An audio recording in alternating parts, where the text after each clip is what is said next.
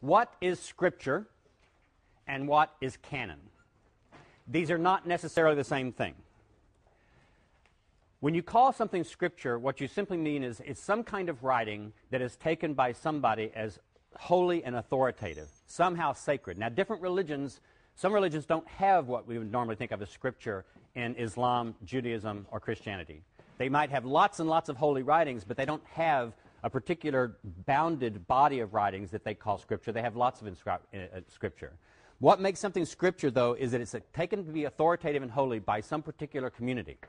Now, notice, that does not necessarily mean it's canonical, because Scripture in some religions refers to a bunch of stuff, but they don't have a set list of things that make something the canon.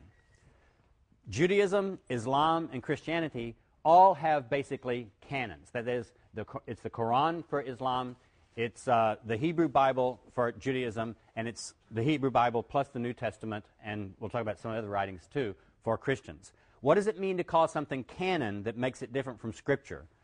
By calling it canon, we're saying there's an actual list that a religious body adheres to with books that are either in or books that are not in. So Scripture can refer to any kind of writing that a bunch of people consider holy or inspired or authoritative. But when you call something canon, you mean that there's a group of writing that has boundaries to it. And of course, it just comes from the Greek word canon, spelled with one N, not two. This Greek word means a list. It can mean a rod, a staff. It can mean a measuring rod. And so it comes to be a list that counts as authoritative in early Christianity. So that's what it means to call something canonical. When you talk about something like the Shakespeare canon, the canon of Shakespeare, or the canon of great Western literature, that's actually using the term in a bit of an expanded sense. Because we don't really consider Western literature to have an actual closed canon of authoritative texts. In Christianity, though, it means the list of texts that are Scripture and recognized as different from other things.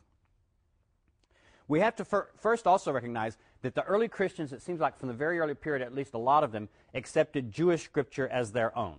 So, for example, when the Apostle Paul says, Scripture says, he's not talking about the New Testament, he's talking about Jewish Scripture.